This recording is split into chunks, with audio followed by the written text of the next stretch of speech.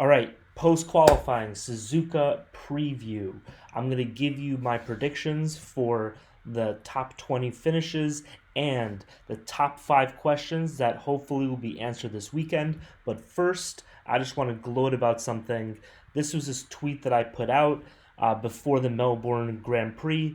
I think Carlos Sainz wins today in Melbourne, and turns out he did. So I'm right from time to time.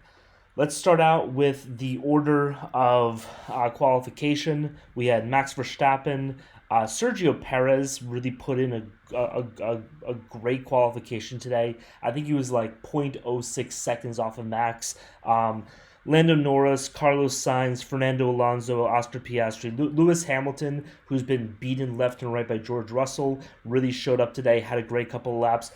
There was a great moment today during his qualification when he found out that he was zero point 0.5 seconds behind Max, and he just said, "Where's that zero point 0.5 seconds come from?" I think Charles Leclerc also said that. Charles Leclerc probably would have qualified higher, but sadly because of the structure, he was only able to have one flying lap. Then we have George Russell, Yuki, Daniel Ricciardo sadly didn't make it into P1. Nico, if you've been following me, you know that I've been rooting for Haas all season. And then Valtteri was sort of the other huge surprise. He really had a great qualification, but he has a great history of this track. He's won it before. And then finally, the last thing that I want to pay attention to is Lance Stroll.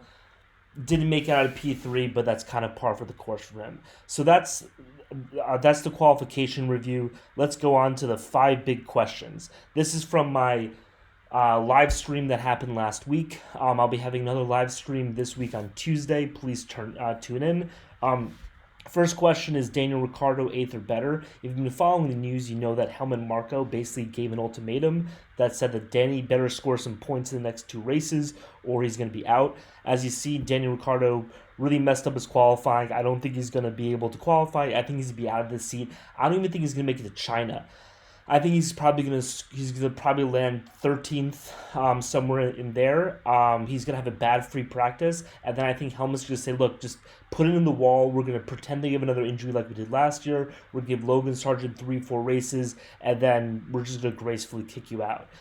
Second big question I had was Haas. Haas, once Gunther Steiner left and Io took over, they've really had a great season. Out of 6 scoring opportunities so far this year, they had 3. They've also had great teamwork between Nico Hülkenberg and Kevin Magnussen. If you remember 2 races ago, I think that was Saudi. Kevin basically played incredible defense. That was the only reason why Nico was allowed to score. I think that they're kind of the warm, cuddly story of the season so far, and I think that they score again. Smooth operator Carlos, is he going to continue his good run? That's another big question. Mercedes, what's happening with them? And then, the big question is was that, engine failure a harbinger of the end of Red Bull, or was it just a one-time blip? I think that based off of the laps that Max put in, I think we know the answer to that question. All right, so here's my predictions from last week before we had qualifying. I said we have Max, Carlos Sainz, Lando on the podium, George Checo, Piastri, Alonso, Nico, Hamilton, Lance. I thought that Daniel Rick would get 14th. I thought that Charles Leclerc would get DNF. I still think he does. I think he puts in the wall. I think he really is in a weird mental space right now. I think that causes him to have a bad qualifying, but a bad race. But I might be wrong about that. So that was my prediction from last week. Here's my predictions today. So Max, obviously, I think he's still going to win. Checo, I think, has put in amazing laps. I think he also sees from this entire Max drama that there's a good chance that Max might actually leave to Mercedes, and he might end up being the number 1 driver, and he really wants to prove that he's worth it. From there, I think Sainz, still gets number 3. I think Lando gets pushed down. Piastri, I think he goes up. Alonso, George. Yuki, I think, scores. I think Yuki gets 8th place. I think he gets those 4 points. Then we have Hamilton, who really has been trying to get everything that he could out of the car, and really has been kind of not getting a lot. And then finally Nico 10th. From there, we have Lance. Magnussen, I think he still plays some good defense. I think he really helps Nico score, but he gets 12th, and he's pretty happy to do that. Albon, Danny Rick, 14th. Valtteri, and then a DNF Charles. So that's kind of how I see the race shaking up. I think the big narrative out of the race is that the Red Bull Ferrari